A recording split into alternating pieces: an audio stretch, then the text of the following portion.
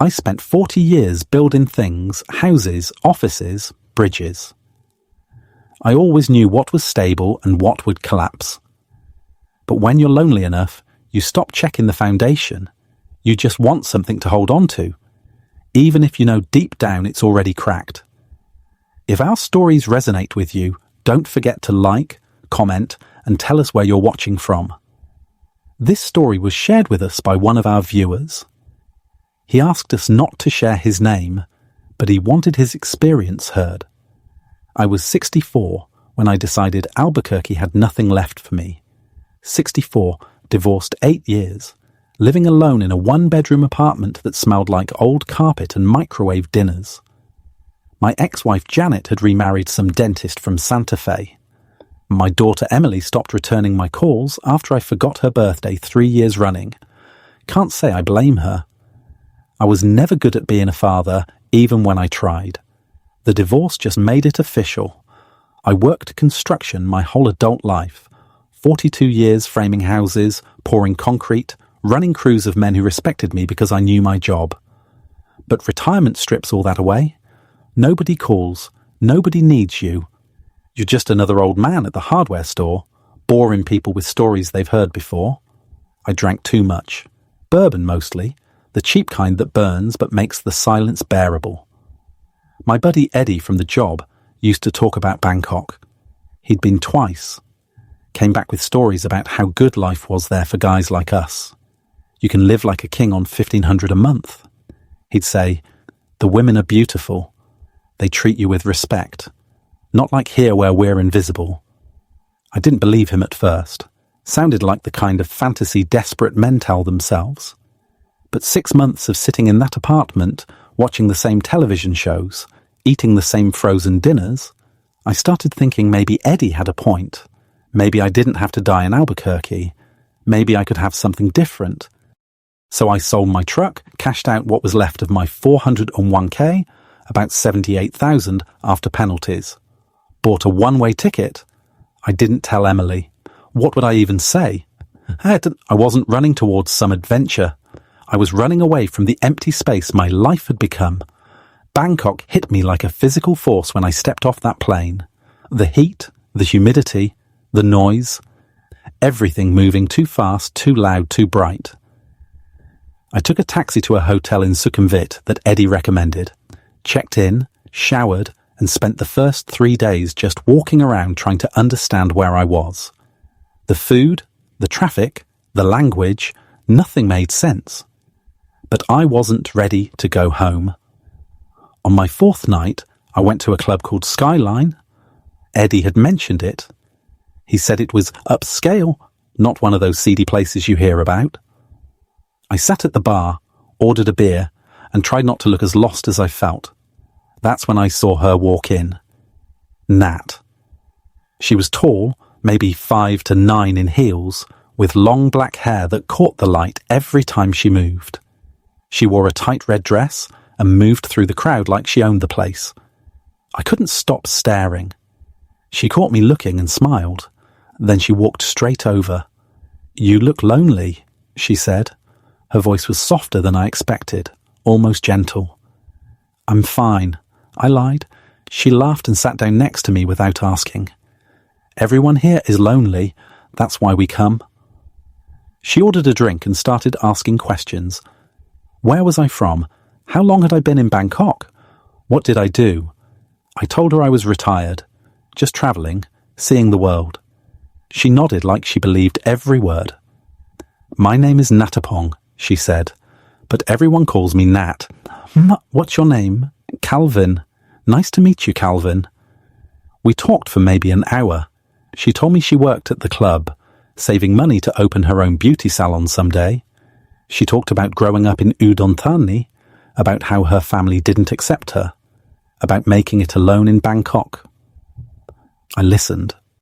I didn't ask many questions. I was just grateful someone was talking to me like I mattered. She touched my arm when she laughed, leaned in close when the music got loud, asked if I was staying in Bangkok long. "I don't know yet," I said. "Maybe I'll stay a while." "You should," she said. "It's a good city for starting over." It was during our second drink that I realised something about her voice, her hands, the way she held herself. Nat was a lady boy. I'd heard the term before, but never really understood what it meant. Now, I was sitting next to someone who was beautiful and confident and talking to me like I was someone worth knowing, and I realised it didn't matter. I was 64 years old, divorced, alone, in a foreign country. What difference did it make? "You want to get out of here?" she asked. "Just walk, get some air. I'm tired of this place tonight." I said yes without thinking about it. We started seeing each other almost every night after that. At first it was just dinner and drinks. Nat would take me to places I'd never find on my own little street food stalls, night markets, rooftop bars where you could see the whole city glowing beneath you. She never asked for money directly. That wasn't how it worked, but I started offering, "Let me get this."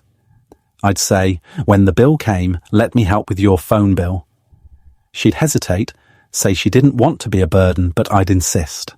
It made me feel useful, like I had something to give besides just company. 2 weeks in, I gave her $200 for rent. She cried and hugged me and said, "You're so kind, Calvin. Most men aren't like you." A week later, she needed $300 for a laptop so she could take online business courses. I sent it without question. She started telling me more about her life, how her parents kicked her out when she was 16, how she had to survive on the streets of Bangkok doing things she wasn't proud of, how she just wanted a normal life, someone to care about her, a future that didn't involve working at clubs. "I'm tired, Calvin," she said one night. We were sitting on a bench near Lumpini Park. "I'm so tired of fighting just to exist." I put my arm around her. "You don't have to fight alone anymore." She looked at me with tears in her eyes. "You mean that?" "I mean it." Within 2 months, she moved into my rented condo in Onnut. It was a small place, nothing fancy, but it felt like home with her there. She cooked for me pad kura, tom yum soup, fried rice with chicken. She laughed at my attempts to speak Thai. She slept next to me every night, her arm across my chest. I was happy, maybe happier than I'd been in 20 years. Emily sent me a message asking if I was okay.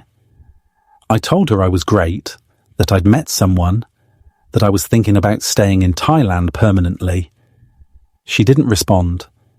A couple guys from my old crew reached out making jokes about me going native. I stopped answering their messages. What did they know about my life? I had Nat.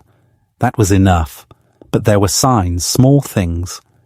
I chose not to see. Nat's phone would ring at midnight when it was in the morning, and she'd step outside to answer. "Just a friend," she'd say when she came back. She started going out more, coming home at 2 or 3 kakuyo in the morning. I was with friends, she'd explain. You know, just girl talk. I never met these friends. When I asked to join them sometime, she'd say, "They're shy. You wouldn't like them." Her mood started changing. Some days she was the woman I'd fallen for. Warm, affectionate, making plans for our future. Other days she was distant, irritable, snapping at me over nothing. "What's wrong?" I'd ask. "Nothing," she'd say. "I'm just stressed. Money is tight," so I'd give her more money. It was easier than fighting. 3 months after she moved in, I asked her to marry me. We were sitting on the balcony watching the traffic below. I just said it. "Marry me, Nat. Let's make this official." She stared at me for a long moment. Then she smiled. "Yes," she said. "Yes, Calvin, I'll marry you." I felt like I'd won something important. Planning the wedding was her idea. She wanted something small and beautiful, just the two of us on a beach in Phuket. She showed me pictures on her phone, little pavilions with white curtains, the ocean in the background, flowers everywhere. "It will be perfect," she said. "Just you and me, no one else." "How much will it cost?" I asked. She scrolled through some screenshots. Maybe $8,000 for the venue, photographer, flowers, a small reception. Is that okay? It was a lot of money, but I wanted to make her happy. I wired the money to her account the next day. She sent me screenshots of receipts, confirmation emails from vendors. Everything looked legitimate. The wedding was set for 6 weeks out, but complications started almost immediately. "Calvin, I have bad news," she said one evening. "The venue double booked. They can't do our date." "What? How is that possible?" "I don't know. They're offering another date 3 weeks later. Is that okay?" I was frustrated, but I said yes. What else could I do? A week later, she told me the photographer had carnaled. Family emergency. She needed to find a new one, but the good ones required more money up front. I sent another $1,000. Then her cousin in Udoni got sick, some kind of emergency surgery. "I know it's bad timing," Nat said, crying. "But she raised me when my parents threw me out. She's the only family I have. Please, Calvin, I need $3,000. I sent it that night. The wedding got pushed back again and again. After 4 months, we still didn't have a date. Whenever I brought it up, Nat would get defensive, though. "Why are you pressuring me? Don't you think I want to marry you?" "I'm doing my best here. I'm not pressuring you. I just want to know what's happening with the money I sent. Are you saying I'm stealing from you?" "No, I'm not saying that, because if you don't trust me, maybe we shouldn't get married at all." I'd back down, apologize, tell her I trusted her completely, but I didn't. Not anymore. She was out more nights than she was home. Her phone was always face down, always locked. When it buzzed with messages, she'd grab it quickly, read it in the bathroom or outside. "Who keeps messaging you?" I asked once. "Just friends. Why are you interrogating me?" One night she left her phone on the bathroom counter while she showered. I stood there staring at it for maybe 30 seconds before I picked it up. I didn't know her passcode, but the message preview was visible on the screen. "See you tonight." Same rate as last time. I put the phone down and walked away. I didn't want to know. I couldn't handle knowing. The fight started over nothing. I asked her how much money she needed for some investment opportunity a friend had told her about. She said $2,000. I said no. It was the first time I'd said no to her about anything. Her face changed. The warmth drained out of her eyes, replaced by something cold and sharp. "No," she repeated. "Yes, no, I can't keep giving you money without knowing where it's going." She laughed. It wasn't the laugh I'd heard 100 times before. This one was cruel. "You think you can just say no to me? What are you talking about?" She grabbed her phone and started scrolling. Then she turned the screen toward me. "I know everything about you, Calvin." My heart stopped. On the screen were documents I'd never shown anyone. Police records, court documents, mug shots, my DUI arrest from 2003, the restraining order Janet filed during the divorce, the bankruptcy from 2007 when the housing market crashed and I lost everything. "How did you get those?" My voice came out as a whisper. "I hired someone. Cost me $500. Best money I ever spent." She swiped to another screen. Screenshots of Emily's Facebook page. Posts I'd never seen. Pictures of her kids. My grandchildren I'd never met. "I have her email," Nat said calmly. "I have your old boss's email. I have everyone's email. Everyone you used to know back home. Why would you do this?" "Because men like you are easy, Calvin." Her voice was flat. Now her voice was flat. "Now, matter of fact, you come here thinking you can buy a new life, buy someone to love you? You're pathetic. And now you belong to me. What do you want? I want you to keep paying. I want you to stop asking questions. I want you to do exactly what I say." She stepped closer. "Because if you don't, I'm going to send all of this to your daughter. I'm going to post it online. I'm going to make sure everyone back home knows exactly who you are. A drunk, a deadbeat, a loser who ran away because nobody wanted him. Nat, please, we can talk about this. There's nothing to talk about." She sat down on the couch and crossed her legs. "You wanted someone to love you. I gave you that.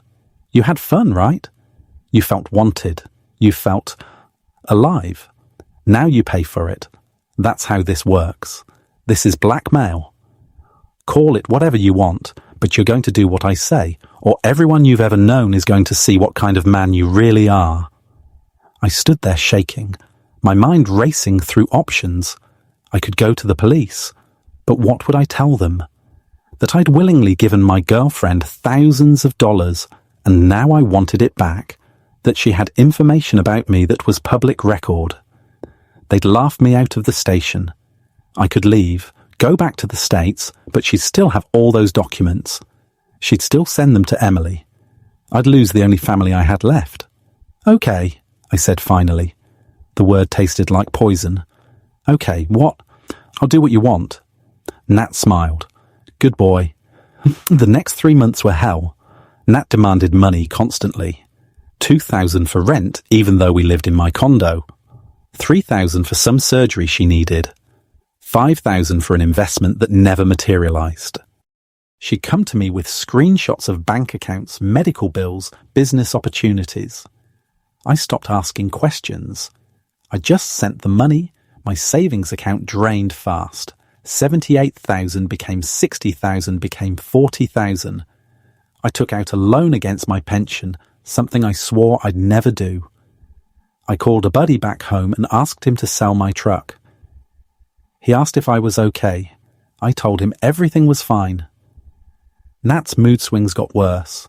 Some days she'd be affectionate, cooking for me, laughing at my jokes, sleeping next to me like the woman I'd fallen for. Those days almost made me believe we could get through this. But other days she was cold, barely looking at me, staying out all night without explanation. Where were you? I'd ask when she stumbled in at dawn. Out? Why does it matter? Because I'm worried about you. Don't pretend you care about me, Calvin. You care about what people will think when I expose you. She'd wave, her phone in my face. I have everything backed up. Cloud storage. A friend keeps copies. Even if you destroy my phone, it's too late. I stopped sleeping. I'd lie awake staring at the ceiling, listening to her breathe next to me, wondering how I'd gotten here. I started drinking again, cheap Thai whiskey from 7-Eleven. It tasted awful, but it shut my brain off for a few hours. I stopped answering Emily's messages. She'd been trying to reach me, worried because I'd gone quiet. But what could I tell her? That I'd been scammed by someone I thought loved me, that I was being blackmailed in a foreign country, that I'd thrown away everything we had left. Nat started bringing people to the condo. Friends, she called them, other ladyboys. Young Thai men who looked at me like I was furniture. They'd party until 4th and Zambama in the morning, music pounding through the walls, laughing and shouting in Thai. I'd lock myself in the bedroom with my whiskey, trying to block it out. One night I realized what was happening. They were using my money to fund their lives, the lives I was never part of. Nat wasn't saving for a salon. She was supporting her friends, her real life, the one where I was just a paycheck. I thought about going to the police. I walked to the station once, stood outside for 20 minutes trying to build up courage, but I couldn't do it. What would I say? That I'd willingly given someone $70,000 and now I wanted it back. That she had public records about my past and I was embarrassed. They'd tell me I was a fool. They'd be right. So I walked back to the condo and poured another drink. I woke up one morning and knew something was wrong before I opened my eyes. The air felt different, empty. I sat up and looked around. Nat's side of the bed was cold. Her clothes were gone from the closet. I stood up, my heart starting to pound, and walked through the apartment. Her makeup wasn't in the bathroom. Her shoes weren't by the door. Her purse, her laptop, everything gone. I checked the living room. My laptop was missing. I ran to the bedroom and pulled open the drawer where I kept my passport. Empty. The kitchen drawer where I'd hidden $2,000 in cash. Empty. I stood in the middle of the apartment in my underwear, breathing hard, trying to process what had happened. Then I grabbed my phone. 3 missed calls from my bank. A text message from an unknown number. I opened the message. You were easy. Don't contact me again. I called Nat's number. It went straight to a message saying the number was no longer in service. I tried again. Same thing. She'd changed her number or blocked me or thrown the phone away. I called my bank. "Mr. Martinez, we've been trying to reach you," the woman said. "There have been several large transfers from your account over the past 24 hours. We wanted to verify." "How much?" "Approximately $14,000 to various accounts in Thailand." I hung up and sat down on the floor. She cleaned me out. Everything. I went to the US Embassy that afternoon. The building was cool and quiet. American flags on the walls, everything feeling familiar and foreign at the same time. I told the woman at the counter my passport had been stolen. "Do you know who took it?" she asked. "My fiancé." She looked at me with an expression I'd seen before. Pity mixed with judgment. "Did you file a police report?" "Not yet. You'll need to do that first. Then we can process an emergency passport. It takes about a week and costs $135. I had $80 in my wallet. That was everything I had left. "Can I pay next week?" "We need payment up front." I left the embassy and walked to the nearest police station. Two officers listened to my story, typing slowly on an ancient computer. "Why you give her so much money?" one of them asked. I didn't have an answer. "This happen all the time," the other officer said, shrugging. "Farang, come here. Fall in love, lose everything. You not the first, not the last." They took my report but made it clear they weren't going to investigate. She probably in different city already. The first officer said, "Maybe different country, hard to find." I walked back to the condo in a daze. I had no passport, no money, no way home. Nat was gone. Everything was gone. I couldn't afford rent anymore. So I checked out and found a hostel in Kawasan Road. $40 a week for a bed in a room with 6 other people, most of them kids in their 20s, backpacking through Asia.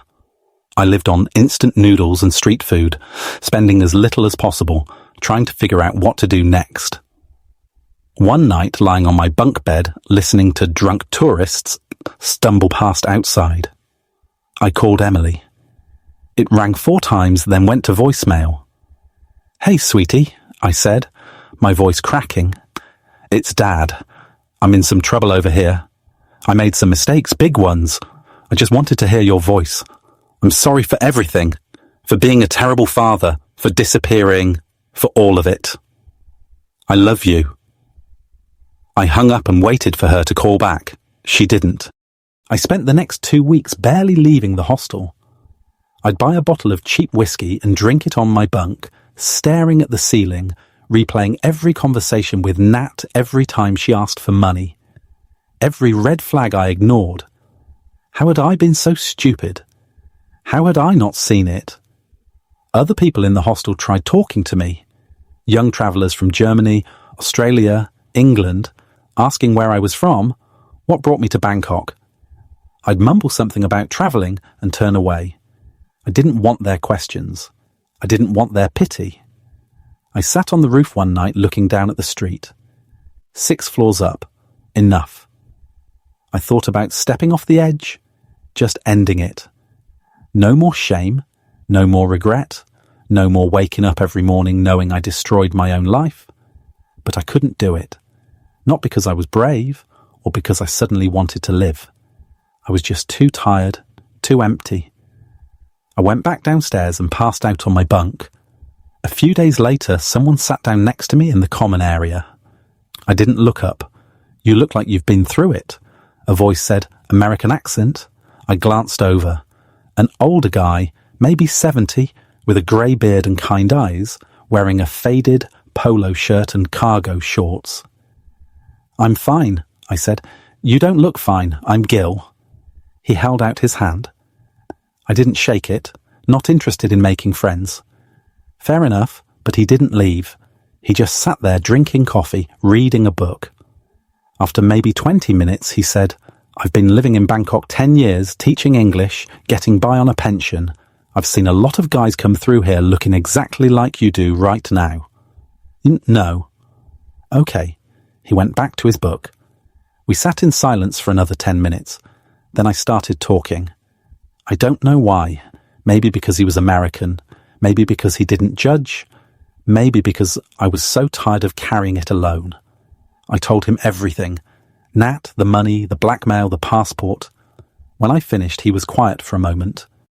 Then he said, "You're not the first, and you won't be the last. That's supposed to make me feel better." No, but it should help you realize you're not uniquely stupid. You're human, and someone took advantage of that. I let them take advantage. Maybe, but that doesn't mean you deserved it. He closed his book. You need help getting home? I don't have money for a passport. I can loan you what you need for the passport and a ticket home. I looked at him. Why would you do that? He shrugged. Because I've been where you are. Different story, same ending. And someone helped me once, so now I help when I can. I started crying, just sitting there in a Bangkok hostel, crying like a child. Gil didn't try to comfort me, he just let me cry. Gil loaned me $2,000 over the next 3 weeks. Money for the emergency passport, money for a plane ticket, money for food, while I waited for everything to process. Pay me back whenever, he said. Or don't, sir, just get home and get your life together. The day before my flight, he took me to a quiet cafe near Sukhumvit. We sat outside watching the city move around us, drinking iced coffee. What are you going to do when you get back? He asked. I don't know. I've got nothing. No job, no savings. My daughter won't talk to me.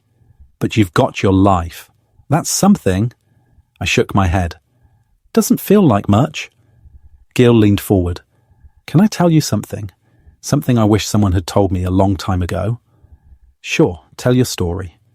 Not to get revenge on this woman. Not to make yourself feel better, but to warn other people. Men like you, lonely, vulnerable, looking for something real. They're walking targets, and most of them don't know until it's too late. I can't. I'm too ashamed. Shame keeps you trapped, Gil said. Truth sets you free. I didn't respond, but that night, back in my hostel bunk, I pulled out a napkin from my pocket and wrote 3 sentences. I spent 40 years building things. I always knew what was stable and what would collapse, but loneliness made me stop checking. It wasn't much, but it was something. The flight to Los Angeles took 17 hours. I stared out the window the whole time, watching clouds and ocean pass beneath, thinking about everything that had happened. I didn't feel anger toward Nat anymore, just exhaustion. She'd been surviving the only way she knew how, and I'd been an easy target. Rich American retiree, desperate for connection, too proud to ask for help. Of course, she'd taken advantage. That didn't make it right, but it helped me stop thinking I was special, that she'd singled me out for some unique cruelty. Thousands of men had been where I was. Thousands more would follow. We landed in Los Angeles at dawn. I had a 3-hour layover before my connection to Albuquerque.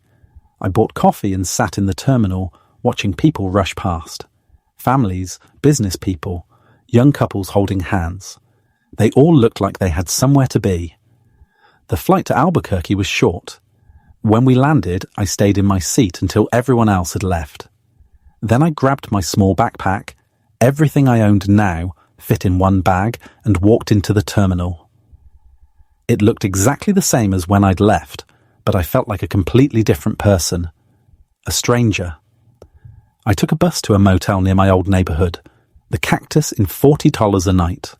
Weekly rates available. The room smelled like cigarette smoke and pine sol. I dropped my bag on the bed and lay down. I didn't cry. I didn't feel relief. I just felt empty. The next week I made phone calls first to my bank. The woman on the phone was sympathetic but firm. Let me pull up your account, Mr. Martinez. She was quiet for a moment. It looks like over the past 4 months you've transferred or withdrawn approximately $62,000.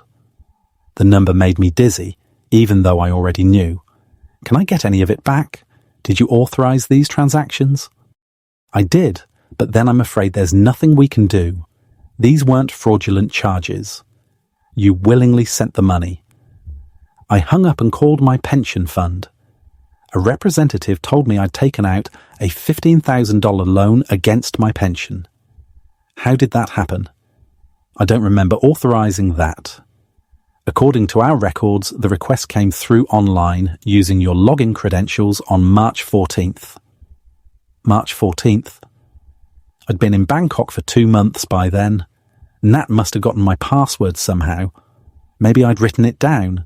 Maybe she'd watched me type it. Maybe I'd told her during some conversation I didn't remember. It didn't matter now. Can I reverse it? Unfortunately, no. The loan has been dispersed and is now in repayment status.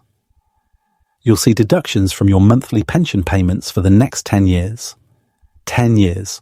I'd be 75 before it was paid off if I lived that long. I contacted the local police and the FBI's Internet Crime Division. Both told me the same thing. Without proof of coercion, without evidence that I didn't willingly send the money, there was nothing they could do. These cases are almost impossible to prosecute, the FBI agent said, especially when the suspect is in another country. I'm sorry, Mr. Martinez. A week later, I met with a bankruptcy attorney. Her name was Sandra Reyes. She was maybe 40, with kind eyes and a no-nonsense manner. She listened to my story without interrupting. When I finished, she was quiet for a moment. Then she said, "You're going to be paying off these debts for the next decade, maybe longer. I'm 65. I don't know how much longer I can work. Then you'll do what you can. File for bankruptcy if you need to, but it won't erase everything. Some of this will follow you." She paused. "I'm sorry this happened to you, but you need to understand that legally you're responsible. You authorised the transactions. You took out the loans. The courts won't see you as a victim." I nodded. I understood. That night, Emily called. I almost didn't answer, but I did. "Dad." Her voice was tight, controlled. "Yes, sweetie. It's me. Where have you been? I've been calling for weeks. I thought you were dead. I'm sorry. I was in some trouble." "What kind of trouble?" I told her. Not all of it, but enough. The woman I'd met, the money, the blackmail, being stranded. She was quiet for a long time. Then she said, "Are you kidding me right now? You gave some stranger $60,000. It wasn't like that. It was exactly like that." Her voice rose. "You were lonely and desperate and someone took advantage, and instead of calling me, instead of asking for help, you just disappeared. I didn't want to bother you. I'm your daughter. You don't get to decide what bothers me. I didn't know what to say. I'm glad you're alive," she said finally. Her voice was quieter now. "But I can't talk to you right now. I'm too angry. Emily, please." She hung up. I sat in the motel room staring at my phone, hating myself more than I thought possible. A social worker at a community centre told me about a support group for scam victims. "It meets Thursday nights," she said. 7 might be good for you to talk to people who've been through similar things. I didn't want to go. I didn't want to sit in a circle and talk about what happened, but I didn't have anywhere else to be. The meetings were in a church basement. Folding chairs arranged in a circle. Fluorescent lights. A coffee maker in the corner. 10 or 12 people, all ages, a young woman who'd lost money in a romance scam, an older man who'd invested in a fake cryptocurrency, a middle-aged woman whose identity had been stolen. When it was my turn, I almost walked out, but something made me stay. "My name is Calvin," I said. My voice was shaking. "I'm 65. I got scammed in Thailand by someone I thought loved me. I lost everything." I told them the story, the loneliness, the hope, the blackmail. When I finished, no one laughed. No one looked at me like I was stupid. An older woman across the circle said, "Thank you for sharing that, Calvin. That took courage." Her name was Linda. She was maybe 70 with white hair and a gentle smile. "You're not alone in this, and you're not stupid. You're human. That's why we're here." I started crying, not out of sadness, but relief. These people understood. They'd been where I was. They knew what it felt like to be ashamed, to feel foolish, to wonder how you'd missed all the signs. I went back the next week, and the week after that, I kept going. Months passed. I got a job doing maintenance at a storage facility on the east side, $8 an hour. It wasn't much, but it was work. I moved out of the motel and into a studio apartment, $400 a month, barely bigger than a closet, but it was mine. I slept on a mattress I bought off Craigslist for $50. I ate a lot of ramen, a lot of rice, whatever was on sale at the dollar store. I stopped drinking, not because I suddenly got strong or wise. I just couldn't afford it anymore. I started going to the gym at the community centre just to have somewhere to go. I'd lift weights, run on the treadmill, sit in the sauna. It gave me structure, something to do besides sit in my apartment thinking about everything I'd lost. One afternoon I was sitting in the apartment scrolling through my phone when I saw a notification. A message request on Facebook. I almost deleted it without looking, but I opened it. It was from Nat. "Hey Calvin, how are you? I've been thinking about you.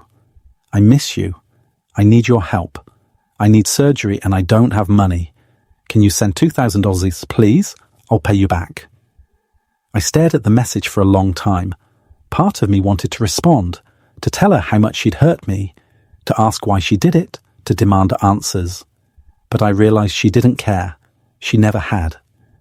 This was just another target, another attempt to get money. I was just a number to her. I clicked on her profile. She blocked most of it, but I could see her profile picture.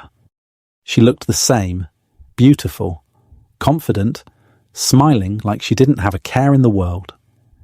I blocked her. I didn't write anything back. I didn't curse her out. I just blocked her and closed the app. I didn't feel victorious. I just felt tired. I'm 66 now, 2 years since I came back from Bangkok. I'm not going to tell you I'm doing great, because I'm not. I work 40 hours a week at the storage facility making minimum wage. I live in a $400 studio apartment with a mattress on the floor and a microwave that barely works. I'll probably never recover the money I lost. I'll work until I'm too old to stand. Then I'll figure out what comes next. My relationship with Emily is damaged.